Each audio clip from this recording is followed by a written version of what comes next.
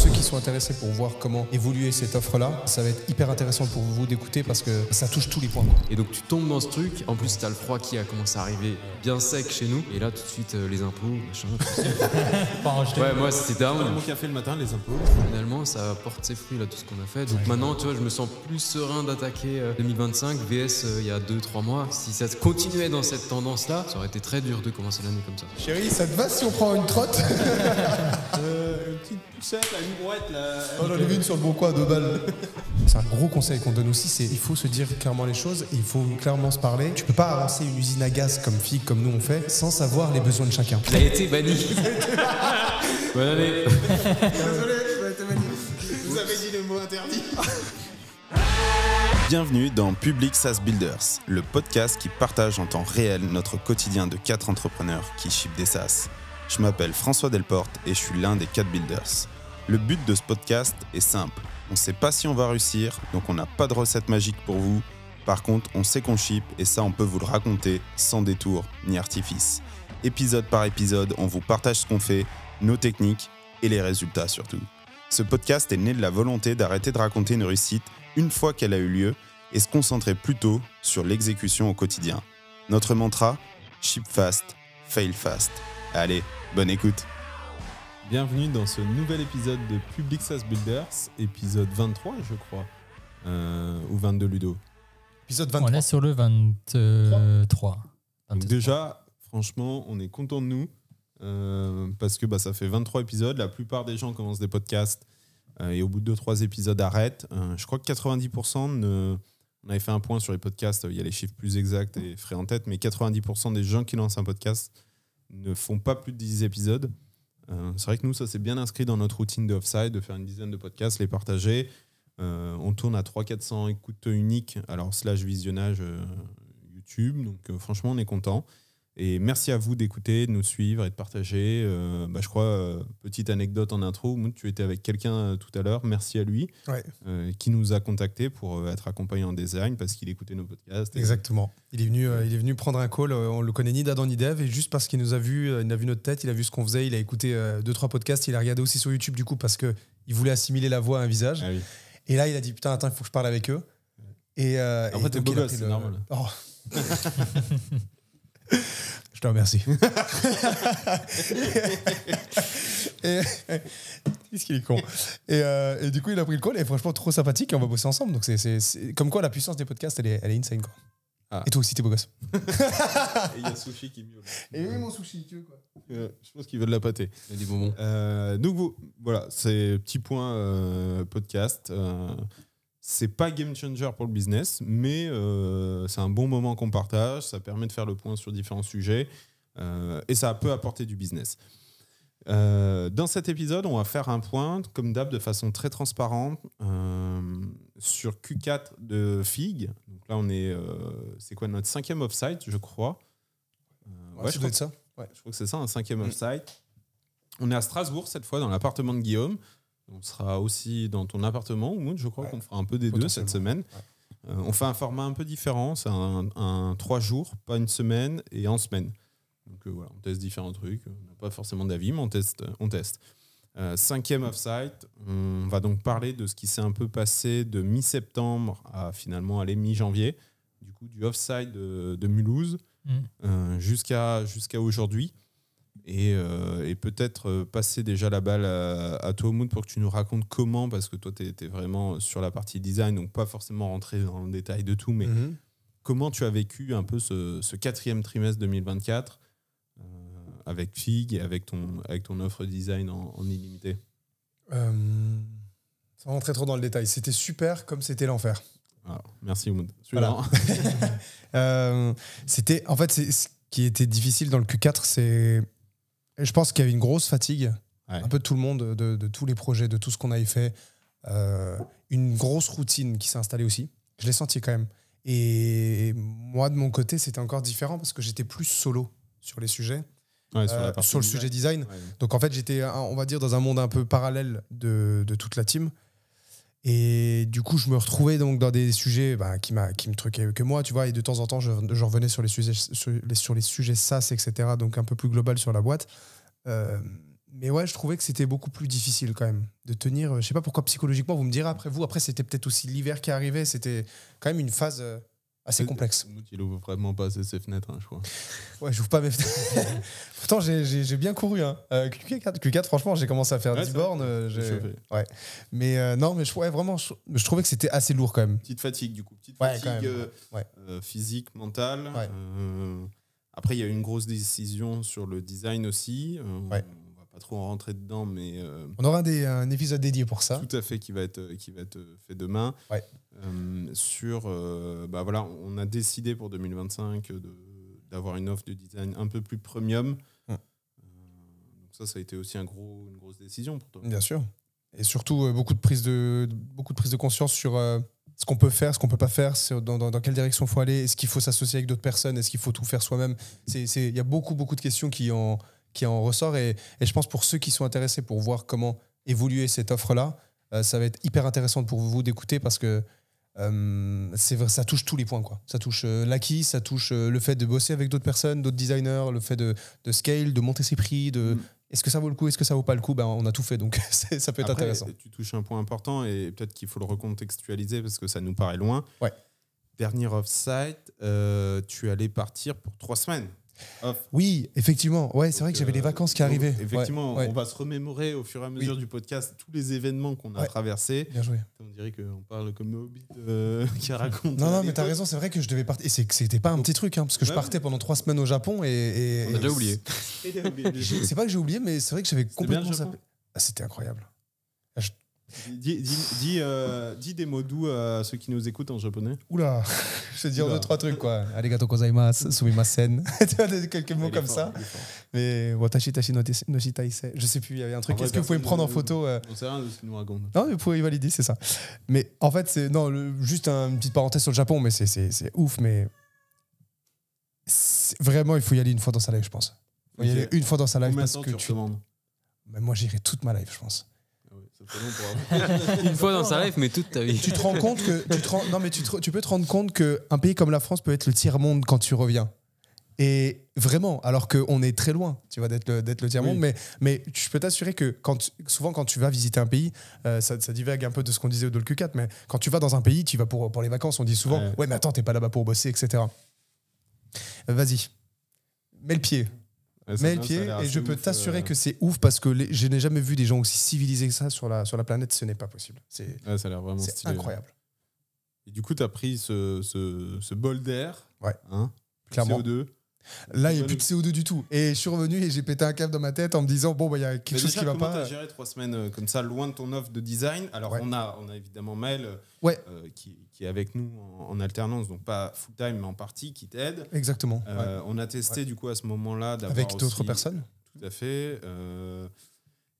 Qu'est-ce que tu en retires de tout ça, de cette absence, gérer, déléguer, que tu aies une offre pendant 3 semaines, donc on a remboursé nos clients une partie, etc.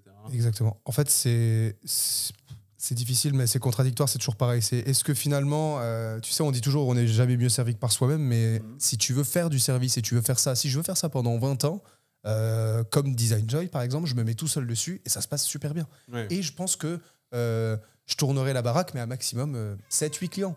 Ouais. Je ne pourrais pas dépasser humainement ce cap-là. Donc, c'est pour ça que déléguer devient compliqué parce que le résultat n'est pas le même. C'est du design, c'est pas de la tech. Donc, en fait, il suffit que toi, tu penses quelque chose, tu imagines quelque chose d'une certaine manière. Quelqu'un que tu vas embaucher ou que tu vas prendre ne va pas du tout faire la même chose. C'est un aspect créa qui n'est pas simple. Ouais. C'est ça. Et c'est pour ça que c'est très, très différent. Et on l'a vu là sur la période de vacances. Et c'est pour ça que c'était cool de tester. Ça a marché. Ouais. Pour 1 ou 2 personnes, franchement, c'était top. Le résultat était cool. Pour d'autres, ça l'est moins. Malheureusement, c'est comme ça. Mais en gros, en résumé, si je devrais prendre le positif de ça, c'est on peut scale, mais ça ne doit pas s'arrêter sur une personne. C'est-à-dire que la marque Fig Design ne doit pas être attribuée à moi-même, mais elle doit être attribuée plutôt à une entité qui crée du design. Ça, c'est si on veut scale. Si on veut scale, oui. Exactement. Par contre, si on ne veut pas scale et qu'on veut juste être solo dans le design et attribuer, on va dire, ce boulot-là à son image propre, à ce moment-là, ça marche. Mais on capte. On ne peut pas aller plus. Et même ton pricing ne permettait pas de déléguer. Clairement pas. Non, à l'époque là, on était quoi? On était les derniers slots vendus, c'était 950, c'est ça. dont la majorité était à 750, voire moins. Ouais. Donc effectivement, par mois, c'est très dur de déléguer, sachant qu'un designer, même junior, c'est vite 300, 400 de TGM, donc de taux journalier. Donc pas assez de budget pour déléguer. Tu délègues et c'est difficile, ça dépend des profils que tu prends. C'est plus facile quand c'est toi qui le fais, mais du coup, t'as moins de bande passante. Il y a beaucoup de... C'était vraiment beaucoup de points. Donc un gros trimestre. En résumé, après Ludo, tu pourras nous parler un peu de ton 4e trimestre. Et peut-être teasing de celui qui s'annonce, parce que toi aussi, tu as des mouvements, tu changes de pays, tu deviens papa, t'as pas mal de trucs aussi. Des petits trucs, quoi. Des petits changements, oui. Donc toi, en résumé, sur le design, déjà une fin d'année un peu fatigante. Voilà, je pense que si vous suivez le podcast, vous pouvez comprendre qu'effectivement, on a pas mal charbonné cette année, donc physiquement, mentalement, un peu de fatigue. Un gros cut de 3 semaines qui t'a fait prendre aussi du recul, déléguer, scale ou non, le pricing. Et aussi parce que, attention, pour ceux qui écoutent, faut pas prendre pile poil ce que je dis, parce que nous, c'est atypique, parce que tout ce qu'on fait est pour nous tous. Donc, vu que c'est une décision, on va dire, même plus commune, tu vois, je suis pas dans mon coin. C'est-à-dire que moi, ce que je fais va impacter aussi, va vous aussi vous impacter. Vous, ce que vous faites nous impacte aussi. Donc en fait, c'est pour ça aussi qu'on se pose beaucoup de questions et qu'on se dit, est-ce que ça vaut le coup de continuer? Est-ce que ça vaut le coup de faire du service? Et vu qu'on prend tout le temps on fait quoi? À peu près tous les 1 mois et demi, on change de direction et où on réfléchit à qu'est-ce qu'on doit faire et où est-ce qu'on doit aller. C'est pour ça que c'est très atypique pour nous. C'est un modèle qui est, on va dire, fait un peu sur mesure. C'est ce qu'on partage en toute transparence. On change, on affine, on bifurque, etc. Donc ça a été le cas pour la rémunération dans l'épisode dédié à l'argent, etc. Donc on bouge beaucoup, mais on le partage et on apprend en même temps qu'on fait. Toi, Ludo, sur ce 4e trimestre, post-offsite numéro 4, qu'est-ce que tu retiens un peu? Comment tu l'as vécu? Qu'est-ce qui s'annonce aussi pour toi? Pas mal de changements. Déjà, après l'offsite, l'offsite était un peu le moment où on a décidé de finir proprement l'année. C'est-à-dire que tout ce qu'on a fait jusqu'à offsite, là, on a essayé de le mettre en place pour qu'on commence bien 2025. Et c'est typiquement un exemple. Oui, exactement. GrabLab, c'est un exemple, c'est qu'on a tout mis en place en 2024 pour bien commencer 2025. Et ça veut dire que depuis l'offsite, le dernier offsite, Boilerplate, on est bon, on l'a fait. Mais c'est pas la version de septembre. C'est pas la version. Non. Il y aura un épisode dédié à Boilerplate V 0.19. Ouais, c'est ça. Non, du coup, il y avait ça, c'est la concrétisation de plusieurs mois l'année dernière. On n'était pas sûr, comme tu as dit, c'était un peu low, on n'était pas en forme parce qu'on bossait beaucoup sans voir le résultat vraiment. C'était de l'investissement. Et là, on a enfin pu voir le résultat.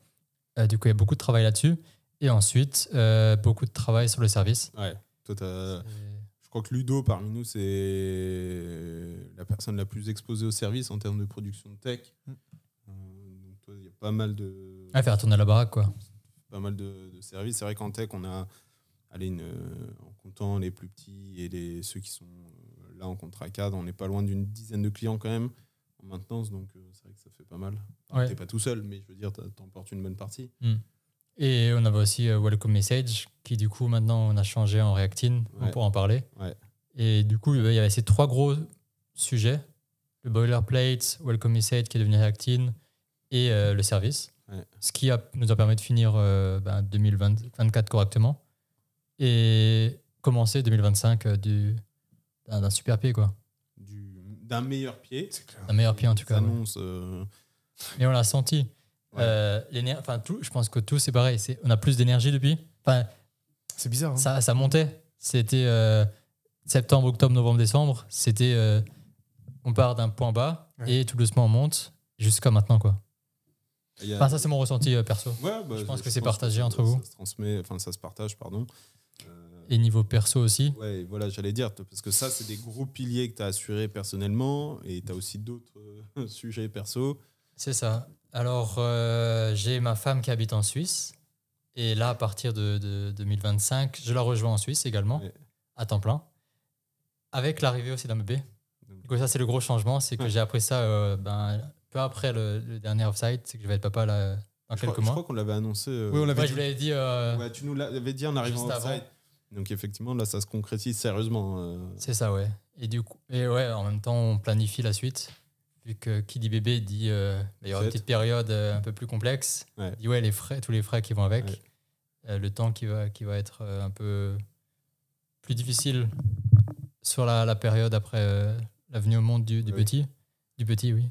Ça sera un garçon. Il a leak le sac, ça y est. Allez, on lui donne quel prénom, mettez en commentaire.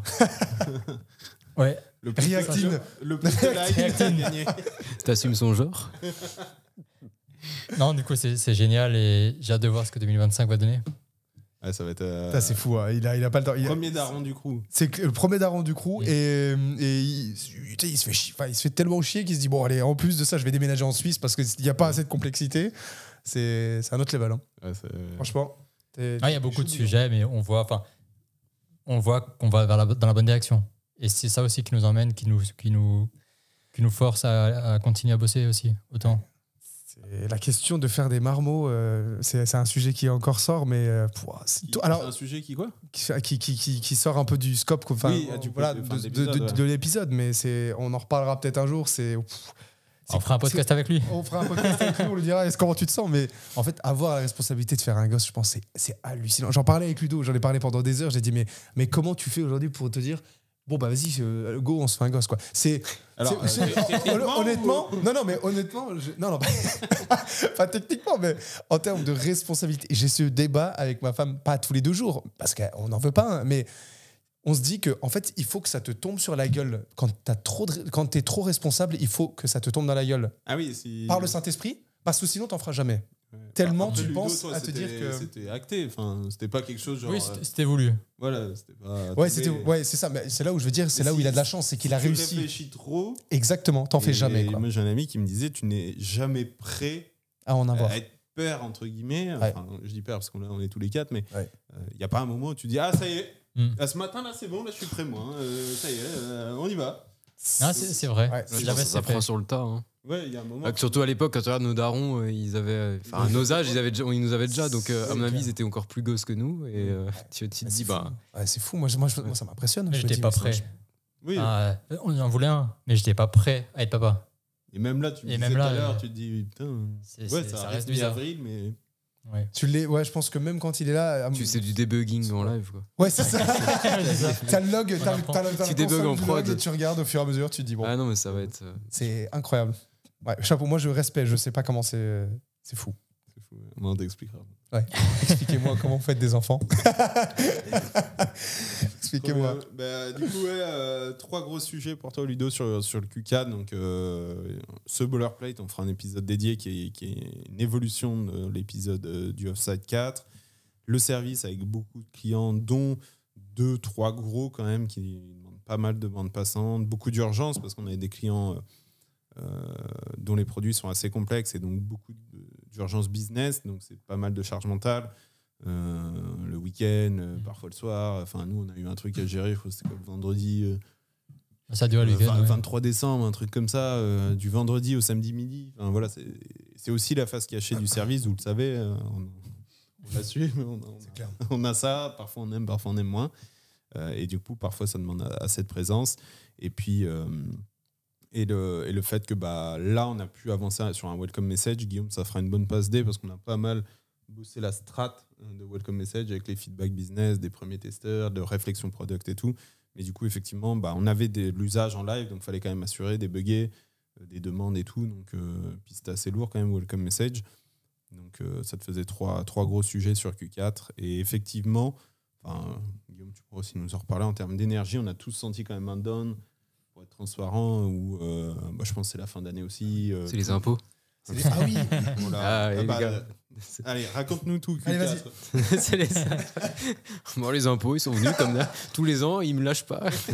Ils sont plus réguliers. Ils sont là tous les 4 mois, les 4 derniers mois de l'année. En plus, t'as l'hiver qui arrive. Je pense que c'est ça, les gars. Le down, c'est ça. Mon calendrier de l'avant DGFIP sur Kunto. C'est ça. Tu comprends plus. Eux, ils ont le droit de se servir. Hein. Ah oui, sur les clés de chez toi, ils arrivent. Moi, ils me doivent. Je t'en prends pas. J'ai capté qu'ils me devaient de l'argent. Faut que j'aille le chercher. Hein. Sinon, ils me le disent pas. C'est la seule boîte qui se permet de prendre. Ouais. Non, du coup, oui, forcément, petit down hivernal. En plus, moi, j'ai fini en beauté le Q3 par un semi-marathon. Allez, bravo. Ça y est, je l'avais passé. Ah oui, on en a pas parlé. Ouais. Bravo. Ouais, merci. Alors, je devais le faire aussi. Non, voilà, on s'est engagé l'année prochaine, on le fait tous. L'année prochaine, on fait tous. À Stras. L'année prochaine, on fait tous. 2025 Parfait. 2026 Non, mais en mai, celui de Strasbourg. Là, déjà en mai, il faut l'acter. Moi, je t'avais dit, en plus, il faut l'acter qu'on a le semi de Stras. Et ensuite, poussette, c'est chaud quand même. Ah non, mais tu prends le Bonzino, tu mets quelque part. Mec, il y en avait un, il m'a dépassé en poussette. Mais non. Je te jure, un daron. Ouais, il poussait la poussette. Ouais, il poussait la poussette. Ouais, donc t'as pas d'excuses. Il m'a éclaté. Tu vois, j'étais en. Il était dans la poussette, il avait il a dit allez, go, on y va. J'étais dans le mal, l'autre, il était.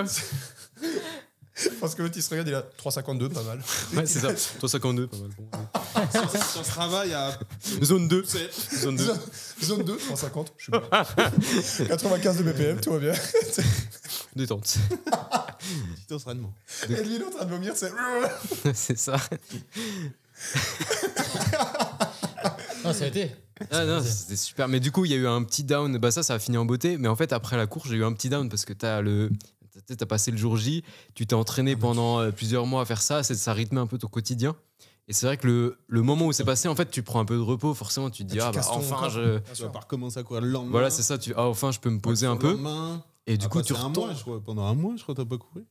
C'est possible. Non, pas un mois. J'ai attendu une semaine, j'étais déjà reparti. Mais j'ai repris juste un rythme normal de croisière. Mais pendant une semaine, c'était un égo, quoi. Il bougeait plus. Voilà, mais en fait, juste là, j'ai senti le down parce que tu passes de courir 10-15 km par semaine à courir 5. Et en plus, je squattais devant la télé, machin, je faisais moins de sport.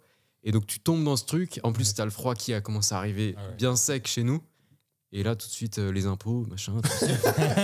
Ouais, moi, c'était down. Je prenais mon café le matin, les impôts. Ouais, down de ouf. Et après, j'ai fait une petite virée à un moment, un petit week-end aussi à Budapest. Et sinon, mon Q4. T'as kiffé Budapest d'ailleurs. Ouais, ça fait du bien. Mais. Non, ah oui, j'ai kiffé, ouais. Sympa, ouais, ça faisait du bien. De toute façon, ça fait du bien. Tous les trucs qui sont cool, c'est bien. Tout ce qui n'est pas impôt, URSAF, ça fait du bien. Tout ce qui n'est pas boulot, c'est bien. Non, mais du coup, on a travaillé sur. Moi, j'ai beaucoup travaillé sur de la réflexion. Et je trouve que la réflexion, on s'en rend pas compte, parce qu'on sous-estime beaucoup. Mais ça demande énormément de. Ce qui est logique, mais de jus de cerveau, de stress. Il faut de la force mentale, ça fatigue énormément. Parfois plus que même l'exécution. Ah bah oui, parce qu'on essaye de faire un puzzle dont tu sais pas quelle est l'image à l'envers, en gros. Donc tu sais qu'il y a une espèce de solution. C'est philosophique, ça. Après le rond-point, giratoire, je sais pas quoi, faire un puzzle à l'envers. Mais du coup, tu sais que t'arrives à une solution à la fin, mais t'es là, tu comprends rien, les pièces. Attends, mais si on la met comme ça marche. Non, là, on force. Ah ouais, non, peut-être, machin. Et c'est vrai que c'est fatigant. Ouais, il y a eu... Quand tu arrêtes, il n'y a pas d'autre fin, en fait. Non, de toute façon, après, c'est toi qui dois t'imposer. Bon, maintenant, on va tester, il faut passer à l'action. Mais c'est vrai que ces phases-là étaient compliquées, surtout que nous, moi, je les ai enchaînées sur... Il y avait Reactine un peu avec toi, du coup, qui demandait pas mal de réflexion, où on a eu une belle réflexion d'ailleurs. Ouais. Et le service, qui a fait bien cogiter et qui fait toujours cogiter. D'ailleurs, qu'à un moment, on voulait tout changer, etc. Mais c'est vraiment compliqué. Au final, Je pense qu'à une semaine près... On lançait une... On a failli... Alors, on reviendra peut-être sur la parenthèse formation. Ah oui, c'est vrai qu'il y avait ça aussi. Ouais. Parfois, nous aussi, enfin... tout le monde, comme si, c'est juste que voilà, ça arrive. Nous aussi, on se plante. Bien sûr. Je sais pas si on s'est planté, mais en tout cas, on a failli faire ça. Mais du coup, à une semaine près, on a failli même arrêter la maintenance de tout le service parce que ras-le-bol. En fait, ras-le-bol, mais surtout bande passante. Ouais, avec nos objectifs, ça matchait pas. Bah ouais, il y a un moment, on est 4. Alors certes, du coup, on a Clément qui nous aide vachement. Plus 3 alternants, mais ça fait pas masse non plus pour nos dizaines de clients en maintenance, nos 3 SAS maintenant. Surtout, tu as les nouveaux projets potentiels qui rentrent, et du coup, c'est la question qui se pose. C'est on prend les nouveaux, mais la maintenance, on en fait quoi? Tu peux pas dire au revoir, messieurs, ils dépendent de toi. Mais nous, d'un côté, on a notre direction, on veut pas forcément partir en ESN, agence, donc on recrute pas. Donc c'est très compliqué, il y a plein de choix à faire. Mais on itère. Il y a eu je pense que le Q4 a été hyper bénéfique pour la partie service. Parce qu'on a quand même mis en place certaines choses qui portent ses fruits déjà maintenant. On voit qu'on est plus carré, on est plus droit dans la maintenance, etc., la gestion de nos clients et des demandes, parce qu'il le faut, en fait, tout simplement. Au bout d'un moment, on peut pas on vient avec des idées révolutionnaires quand on lance une agence, on croit que nous on veut pas faire comme tout le monde, on est une agence exceptionnelle. En fait, c'est ça. En fait, à un moment, là, c'est du business. Les Capgemini, les ESN, elles sont pas comme ça parce que c'est des gens qui sont mal intentionnés au devant. C'est juste que ça marche comme ça. En fait, c'est le seul moyen de scaler et de gérer plusieurs clients. À un moment, c'est comme ça et la qualité en dépend. Et sinon, il faut faire des tarots super chers et prendre très peu de clients et rester très peu. Mais bon. Bref, c'est pas mal de réflexions qu'on a eues. On a bien cadré la chose sur le Q4. Maintenant, ça tourne déjà mieux et on va continuer à itérer dans ce sens-là. On a mis en place quelques process, etc., des automations pour gérer ça. Mais ouais, c'était surtout ça, moi, réflexion, les mettre en place sur le service, sur les SaaS quand même, des belles réflexions qu'on a eues. Ouais, puis du coup, le fait de transformer Welcome Message en React-In, on en fera un épisode dédié. Mais du coup, avec le recul, c'est d'une simplicité infantile, le positionnement de React-In. Mais sur le coup, quand on l'a trouvé, et tu pourras peut-être le raconter, mais ça nous a semblé vraiment très puissant. Et là, ça nous semble logique de le présenter comme ça. Mais sur le coup, vous pouvez réécouter les épisodes sur Welcome Message et tout. On n'était pas là-dessus et on l'assumait et on avançait comme ça. Donc, c'est pour ça que quand vous écoutez des podcasts avec des invités qui vous racontent la réussite, en fait, ils n'ont pas forcément le souvenir, et c'est normal, des pivots, des améliorations, des changements, des petites choses qui ont changé en cours de route qui fait que vous êtes passé de quelque chose d'un peu brut, que les gens ne comprennent pas trop, qui est trop compliqué ou pas bien positionné, à vraiment la pièce parfaite qui s'emboîte au bon truc. Alors, je ne sais pas si React-In est la pièce parfaite, mais en tout cas, après je raconterai un peu de mon côté, mais elle porte quelque chose qui semble, je sais pas, inconsciemment, j'ai l'impression qu'elle est au bon endroit, la pièce. Ouais, c'est clair, c'est fluide, alors qu'avant, ça l'était pas sur tous les sujets. Et souvent, une fois que tu as craqué le bon truc, c'est que c'est simple sur tous les sujets. Ouais. Mais ça, c'est partout. Parce que je t'avais envoyé un truc, je crois que c'était Trigify. J'avais vu un post LinkedIn, l'histoire, c'est ça, YouTube, je crois. Je te l'envoie. Toi, tu regardes, mais tu n'avais pas prévu de regarder. Enfin, parce que tu m'envoies, il m'envoie 15 trucs par il m'envoyait à cette période-là, il m'envoyait 15 trucs par jour. Je dis, bon, c'est quoi son truc là, je regarde, ok, cool, machin. Et en fait, je regarde une de leurs vidéos et il y a un truc qui me fait tilt dans cette vidéo et je sais même plus ce que c'est, tu vois. Mais la preuve, c'est que, comme il dit, on oublie pourquoi on est arrivé au point là. Mais il y avait un truc, une mécanique qu'on n'avait pas chez nous. Où ça m'a fait tilt, je me suis dit, mais en fait, il faut quand même qu'on applique chez nous cette mécanique de liste. Et en fait, c'est là où on est né les smart lists. Voilà. Et donc après, tout ça, parce que lui, en plus, il m'avait appelé la veille, il me parlait déjà de ses problèmes marketing. Il fait, ouais, mais on a un problème là, c'est difficile à faire marketer le tool qu'on avait d'automation. Et quand on a eu les smart lists, ça te débloquait toi sur ta partie smart list. On s'est appelé, on a itéré, on a fait, oh ouais, magnifique, machin. Et on a itéré l'idée par rapport au Trigify. Et après, voilà. Après, c'est parti. C'est parti. Tu vois, en fait, c'est dingue. Depuis, d'ailleurs, on n'a jamais rediscuté de la stratégie, du positionnement. Enfin, tu vois, non, une fois que c'est clair, une fois que c'est. En fait, c'est ça le truc. Très bien positionné, comme tu dis, quoi. Ouais. C'est ça le truc. Une fois que tu as ton truc et que c'est clair, c'est facile. Tout est simple, tout déroule. Et ça semble évident. Et n'importe qui te montre le tool, tu dis, ah bah, c'est normal. Ouais. Mais en fait, avant, pour arriver à là, c'est. Tu sais, maintenant, si on met GramLab, comme on l'a fait là, pour nous, c'est évident. Oui. Mais les gars, c'est pas normal. Tu vois, c'est pas normal de l'avoir comme ça. Est-ce que tu mets ça avant ou pourquoi après, tu fais pas un SaaS, c'est pas un abonnement, tu vois? Pourquoi c'est un one shot? Déjà, combien aurait mis vraiment un one shot? On y a réfléchi d'ailleurs, on a passé quelques. Ah oui? Mais c'est pas naturel. Pour moi, ce que tu vois à la fin, que ce soit un service, une réussite ou un produit, c'est vraiment la résultante d'un ensemble de décisions. Ouais. Qui fait que ça a créé un mix pour arriver là et c'est jamais le truc de base qui a été fait, quoi. Clairement. Donc, du coup, toi, Q4, en résumé, Guillaume, pareil, fatigue un peu forte. Ouais, un peu fatigue, réflexion, du coup un peu de doute parce que la réflexion amène le doute. Parce que quand t'es pas dans l'action, pour réfléchir. C'est ça, et du coup t'es pas dans l'action, donc t'es un peu. Voilà, le stress qui monte aussi, la fatigue, etc. Mais bon, on est toujours motivé, etc. Donc, fin d'année qui se termine avec un GramLab. Donc, en beauté, on en a parlé dans le dernier épisode. Donc, remotivé sur la fin. Les petites vacances de Noël qui qui sont toujours fatigantes, hein, les fêtes. Mais bon, ça fait quand même du bien de couper un petit peu.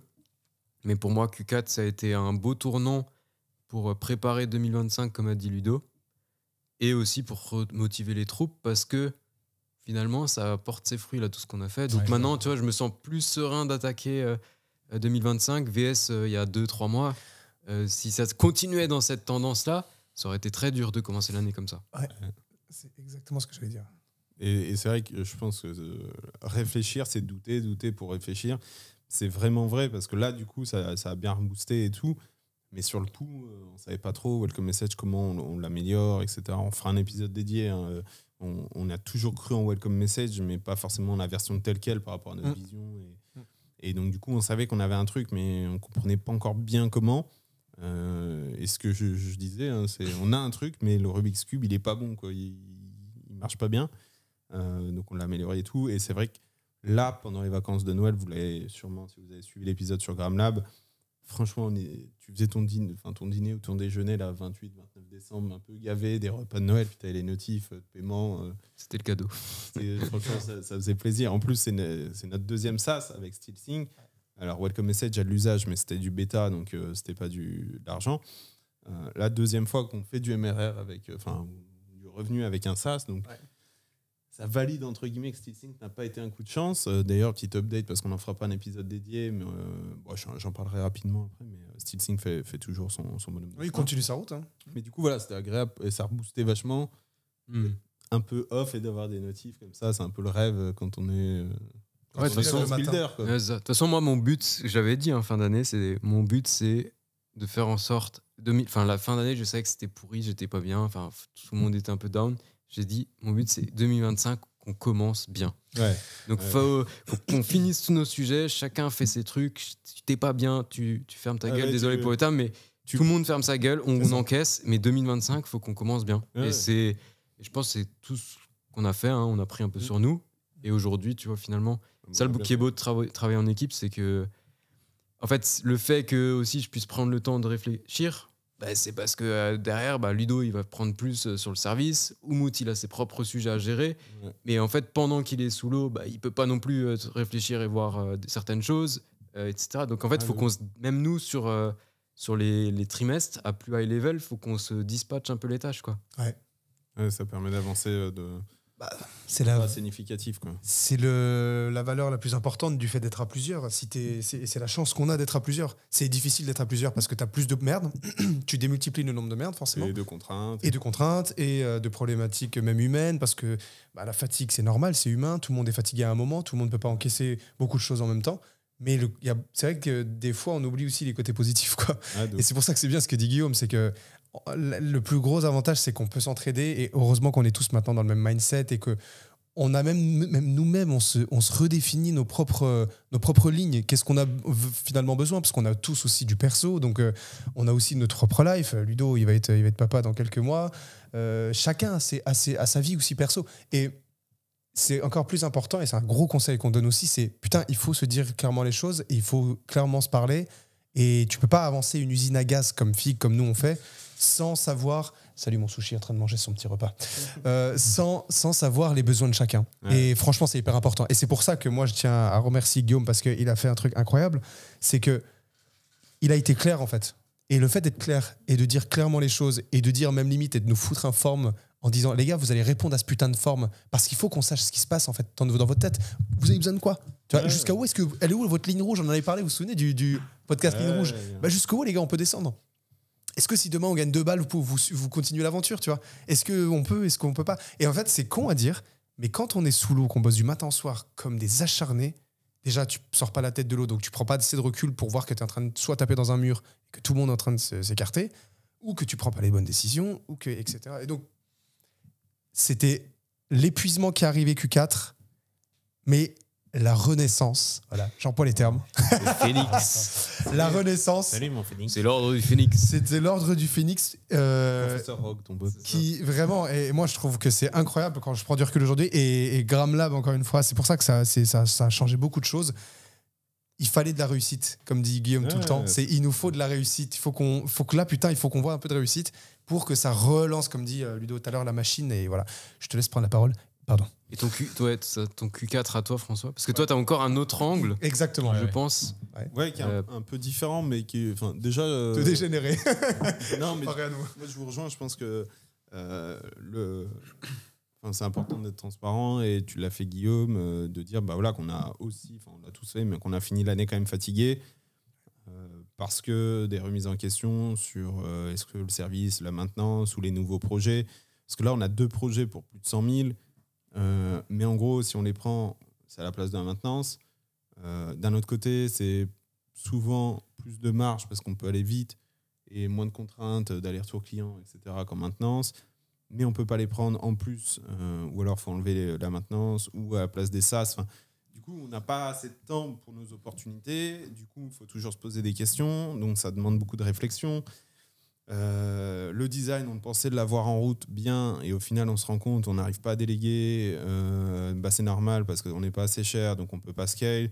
D'un autre côté, du coup toi, Moon, t'as pas de temps parce que t'as trop de clients, donc il a fallu remettre de l'énergie là-dedans, et on fera un épisode dédié, mais du coup dire voilà, on arrête cette offre telle quelle et on la positionne un peu plus premium avec du framework développement, avec un positionnement assez agence pour d'autres agences, où la valeur perçue est plus élevée. Donc voilà, ça demande de l'énergie. Ça, mine de rien, c'est dire au client voilà, qu'on arrête, on passe à autre chose. Attends, est-ce qu'on est sûr? Parce que le moment où on l'a fait, toi, 3 jours après, tu me dis mais merde, du coup, on n'aura plus de revenus. Je vais ouais, gros, c'est la décision qu'on a prise là. C'est clair, tu déconnes, Moret.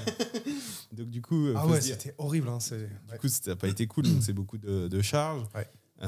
On a pris aussi une décision tech qui était, de relation client maintenant, c'est que vous êtes tous sortis des groupes WhatsApp. Du coup, il n'y a plus que moi. Donc, du coup, ça, en termes de process, Guillaume t'en parlait, ça permet de limiter la charge mentale à qu'une personne. Et donc, vous aussi, de créer une barrière et de non-accès à tout le monde tout le temps. Et surtout, avoir une déresponsabilisation. Parce que si vous êtes 4 dans un groupe WhatsApp, il y a ce truc de l'autre va répondre, moi je finis de pisser et tout. Non, moi je suis tout seul, je dois les gérer et tout. Et donc, du coup, vous, ça vous met de côté. Donc, ça a libéré aussi un peu le mental. D'un autre côté, il y a aussi des points négatifs, c'est qu'il n'y a qu'une seule personne qui se prend tout dans la gueule. Oui, mais du coup, voilà, en average, ça permet de gérer le truc. Comme il l'enduit bien, tu vois. Comme ça va. Tu le sens que c'est bien sorti. Donc, sur le SaaS Welcome Message, effectivement, comme on le disait, un beau Rubik's Cube. On est certain d'avoir touché quelque chose, mais il nous a fallu du temps pour comprendre les premiers retours des grosses, les premiers use cases qui étaient en cours, pour comprendre qu'il y avait quelque chose, mais que ce n'était pas de la bonne façon de l'adresser. Au final, on a trouvé avec Guillaume un moment comme une espèce de révélation magique. Putain, mais ouais, c'est comme ça.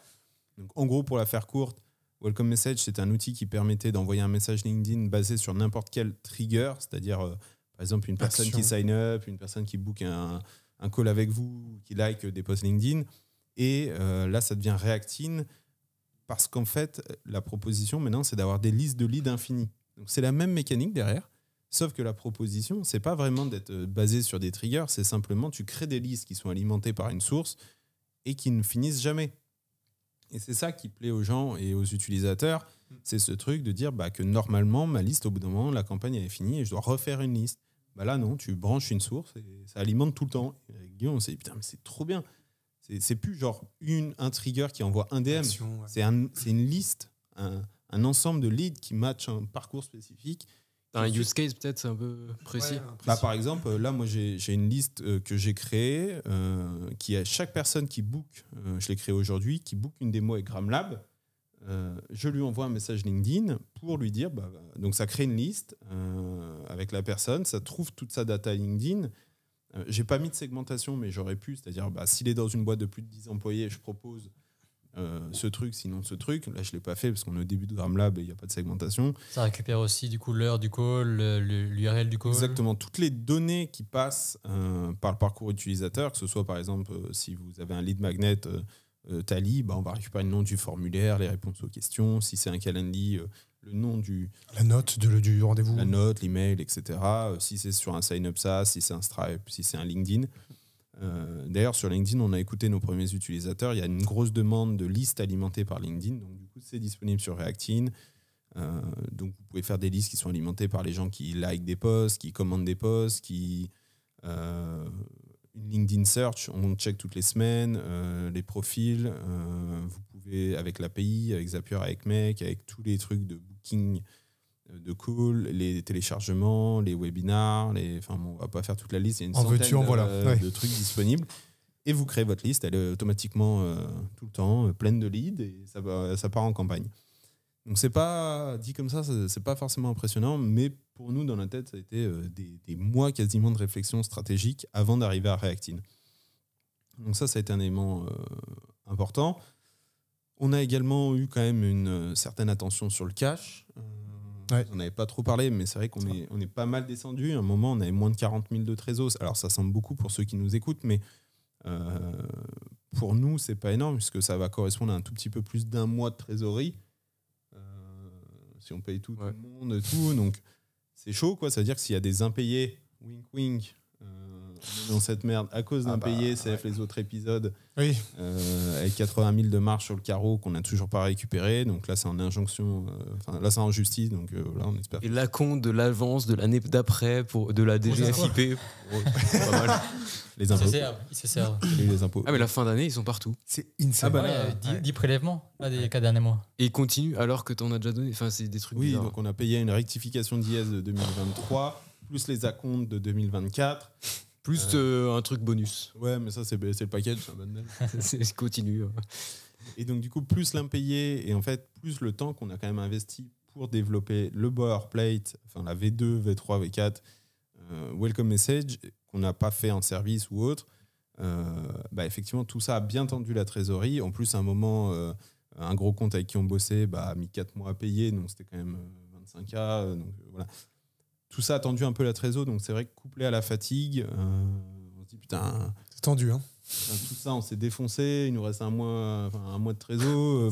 Novembre, c'était pas cool. Ouais, novembre, c'était pas cool. Ouais, donc là, c'est bon, rassurez-vous, je sais pas si vous êtes inquiets. Si je vais pas pouvoir payer les couches. Novembre, c'était la période où j'ai commencé à avoir pour la poussette, pour le machin. En plus, ça coûte méga cher, mais je savais pas. Ouais. Et le siège auto et tout ça. Et du coup, vraiment période de merde, quoi. Et il regarde le cash flow, il dit chérie, ça te va si on prend une trotte? Une petite poussette, là, une brouette, là. Oh, j'en ai vu une sur le bon coin à 2 balles. On prend l'abonnement de bus.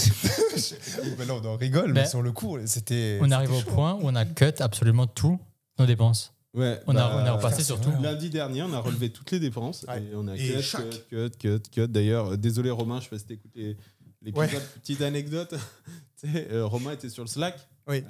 Romain est un designer qui nous a aidés, donc il était sur le Slack. Ouais. Du coup, là, il nous souhaite bonne année, on répond, on discute et tout. Puis il envoie une réponse, et j'ai pas répondu tout de suite, et j'ai vu Romain était éjecté du Slack. Et du coup, j'ai pas pu lui répondre. Ah, c'est pour ça. Ah, j'avais pas. Ok, merde. C'est parce qu'en fait, on a revu le pricing de Slack. Et du coup, j'ai renvoyé par mail. Bref, c'était une petite anecdote, mais pour vous dire, voilà, on a réduit même les accès Slack. Bonne année. Vous avez été banni. Désolé, vous avez été banni. Vous avez dit le mot interdit. Ah oui, ok, je viens de. Okay. Non, mais voilà, du coup, on a fait attention au coût. Là, la trésorerie est bien remontée, mais on a toujours ces 80 000 d'impayés. On a, je sais pas, 30-40 000 d'impôts qui doivent nous rembourser. Donc... Non, mais il n'y a rien qui va. Là, c'est simple. Entre les impôts, entre les clients qui n'ont pas payé, ceux qui sont en justice, machin, c'est hallucinant. Ouais, après, c'est le business. Donc, on a bien fait de garder de la trésor. On l'a amorti, on a tapé dedans pour tenir. Ouais. Mais c'est vrai que ça influe. Quand on voit le sol, on se dit putain. Fait chier, quoi. Et donc, je pense pour le moral, c'était pas non plus simple. Mais après, quand même, on a 3 gros leads en service tech. On avait un boilerplate maintenant. On a Welcome Message qui est devenu Reactine. On a fait GramLab. Toujours nos épisodes de podcast. Qui a augmenté le pricing. Donc, en vrai, dans l'absolu, si on se pose, en vrai, c'est trop cool. Et on a fait plein de trucs cool. Mais oui, on a quand même beaucoup de contraintes parce que il y a aussi des choses perso.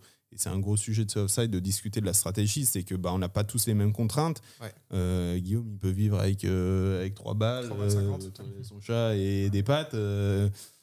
Et toi, Ludo, en Suisse, c'est pas forcément les mêmes contraintes non plus, tu vois. Et toi-même, t'as la voiture à la lâcher. Voilà, chacun ses contraintes. C'est ça. C'est la vie classique de chaque personne et ça. Couplé à plusieurs lignes de business, du contenu, du SaaS, les réflexions et tout. Voilà, comme tout le monde.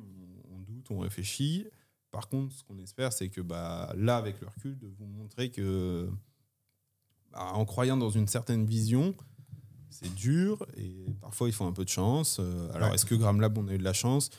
Avec le recul, si je fais le reverse engineering, bah, pas trop, parce qu'en fait, Max, il nous a contactés parce que c'est un associé d'un client tech sur lequel on a fait du bon boulot, sur lequel on avait fait une user research Instagram, on l'avait appelé en disant ouais, on va faire un Instagram tool, voilà, c'est quoi tes problèmes? Donc, quand il a voulu faire un Instagram tool, il a pensé à nous. Bien sûr. Ce client tech nous avait été recommandé par un apport d'affaires. Enfin, en fait, tout n'est que cause-conséquence. Et donc, finalement, entre guillemets, on a mérité qu'il nous appelle et qu'on bosse bien ensemble et que. Et ça émane du résultat qu'on a fait. Voilà. Ouais. Mais si on n'est pas bien bossé, on n'aurait jamais eu le. Exactement. C'est ça. Et peut-être on ne l'aurait pas appelé pour une user research Insta, il se serait dit bah non, ils s'en foutent, ils font du service. Donc voilà, il y a plein de choses et parfois, malheureusement, ça met des décennies à payer. Ouais. Beaucoup de indie hackers mettent plus de 10 SaaS avant d'arriver à faire un truc qui va un peu bien. Comme Marc Lou, comme les. Ouais, non, je les vois. Et nous, on s'en est bien sortis. Donc, croyez à la vision. Par contre, le chemin est dur et je pense qu'on est assez transparent pour le dire dans ces épisodes. On se dit toujours, ouais, prochain offsite, on est dans une piscine avec des boules et tout, c'est trop bien.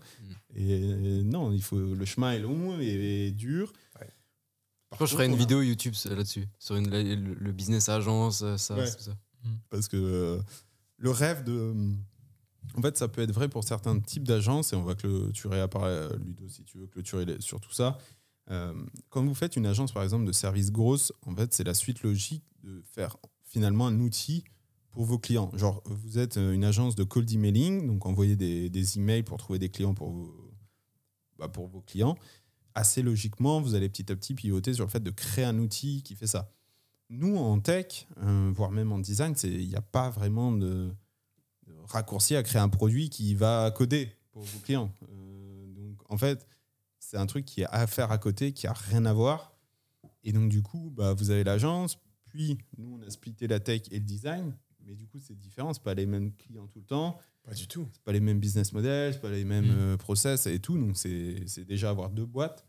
Plus, on a du contenu et on a un SaaS studio. Et donc, ça fait beaucoup. On a fait un épisode sur le multitasking. Aujourd'hui, je crois qu'on touche les limites du multitasking. Ça nous fatigue énormément. Mais c'est la force et peut-être le passage indispensable pour aller réussir. Parce que il faut faire plein de choses différentes pour réussir. D'un autre côté, du coup, vous mettez beaucoup plus de temps parce que vous faites 10 choses en parallèle. Ouais, on a les contraintes perso en plus. Voilà. Et on ne peut pas faire all-in en mode pendant 10 ans, on fait du SaaS jusqu'à réussir parce qu'il faut bouffer. D'un autre côté, du coup, on fait du service pour bouffer et investir, mais on avance moins sur le SaaS. Donc, c'est pas simple. Et il n'y a pas de recette miracle. Juste, c'est pas simple, on galère, mais on a des belles réussites. On a dû faire plus de 100 000 de design cette année. L'agence va faire peut-être presque encore 1 million. On a un SaaS qui tourne, un deuxième SaaS qui est sur un marché Reactine. La question, elle n'est pas vraiment est-ce que ça va faire du MRR Reactine. C'est quel niveau de part de marché on va prendre sur un marché qui fait 100 ou 200 millions dans le monde, qui est tout ce qui est LinkedIn Automation Tool. Donc ça aussi, c'est apaisant. Quand on se dit, putain, ouais, c'est la même chose que d'autres tools, mais en mieux. Bon, il n'y a pas de raison. Au pire, on en fera moins que les autres, mais on en fera. Et plus GramLab, donc on a des belles réussites, mais c'est pas simple. Et donc, du coup, voilà. Si vous l'écoutez, bonne chance les amis. Et c'est pas grave de galérer, c'est normal. Est-ce qu'on a commencé le podcast le premier il y a à peu près 1 an? Le premier, c'était en février 2020. Ouais, putain, c'est possible, ça fait 1 an déjà. Fin février. Début février, offsite. Ça fait presque un chalet, là. Ouais. Ouais, ça fait 11 mois, ouais. Et du coup, résultat, SteelSync qui est toujours là, qui marche. GramLab, 2e SaaS, et Reactine, 3e SaaS. Ouais. Quasiment. Et surtout, nous, toujours là. Oui, on est toujours là. Ouais. On a survécu à une bonne année de build. Mais comme quoi, là, juste pour représenter la galère de faire plein de trucs en même temps, c'est vrai que nous, on l'a capté, hein, on n'est pas cons. C'est qu'entre SteelSync et GramLab, il y a presque 1 an qui s'est écoulé. Ouais. C'est clair. Mais parce que en fait, on a ralenti sur le service, mais même en ralentissant, tu as d'autres sujets à mettre. Il y avait le monorepo, il y a des itérations de produits, ça prend du temps. L'impayé nous a obligés à faire plus de services. Voilà, du coup, on a du service. Même le service ne s'arrête jamais. Ça, si jamais vous avez une agence ou même des clients, même si tu veux ralentir, en fait, tes clients, ils ralentissent pas. Donc, c'est très dur de ralentir la machine. Ça a mis au moins 3 mois avant d'un peu ralentir. Et c'est reparti d'office à la rentrée, quoi. Donc, c'est vrai que nous, on était là, cette année, on va faire 10 SaaS et tout. Parce que SteelSync, on l'avait fait en 2 semaines. Et au final, 1 an après, avec GramLab et Reactine qui est prêt, on a 3 SaaS. Et du coup, je pense qu'on a un peu pivoté. Ça va être multi-SaaS par opportunité.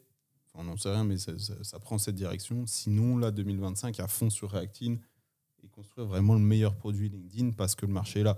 Plutôt que faire plusieurs petits tools qui, comme SteelSync, font du MRR. SteelSync, ça fait $500 par mois, c'est top, on maintient ça tranquillement, mais du coup, ça demande quand même de l'effort de lancer, du jus de cerveau. Donc voilà, on affine un peu, toujours ça studio, mais c'est vrai qu'avec on va essayer de créer un navire un peu amiral, assez costaud, plutôt qu'une strate de plein de petits. Clairement. Ouais, de toute façon, là, je pense que c'est le but de ce off-site-là. Là, on va se poser vraiment pour réfléchir sur la suite, la strat, parce que comme vous l'avez vu, il y a un vrai coût à continuer à faire du service, parce que on va mettre beaucoup plus de temps à shipper un SaaS. Par contre, il faut se financer, chacun a ses besoins, etc. Donc c'est très dur, mais il faut qu'on se pose et qu'on prenne une direction, parce qu'il y a un vrai coût d'opportunité quand on voit que GramLab, en 2 semaines, finalement, on arrive à lancer, etc. Ouais, c'est très dur, très compliqué. C'est aussi des risques à prendre qu'on n'a pas forcément envie de prendre. Donc on va se poser là, justement, dans ce off-site pour prendre des décisions. Mais en tout cas, l'année se clôture sur... un peu dans ce mood-là, quoi. Enfin, elle commence, dans ce mood-là, sur de la réflexion, du coup, enfin, c'est plus de la réflexion, là, c'est plutôt de la prise de direction. De direction, de décision, ouais. Fini là-dessus ? On est bon ? Amen. Parfait. Magnifique. Super. Bon, merci. À la prochaine. Salut. Merci d'avoir écouté cet épisode de Public SaaS Builders. Vous avez aimé ? Donnez-nous de la force en 1 minute. Abonnez-vous à Public SaaS Builders sur votre plateforme préférée pour ne rater aucun épisode. Ça prend genre 2 secondes. Envoyez cet épisode à 2 de vos contacts qui sont intéressés par le SaaS et qui veulent entreprendre. Enfin, mettez-nous 5 étoiles, minimum, sur les plateformes Apple Podcast et Spotify. 30 secondes. Sachez que vous pouvez également nous retrouver en vidéo sur notre chaîne YouTube. Tous les podcasts sont aussi dispo en vidéo. Et vous retrouverez en bonus des vidéos exclusives sur le design et le gross en facecam par Oumout et moi-même en mode build-in public. Merci de votre soutien et à très vite pour un nouvel épisode.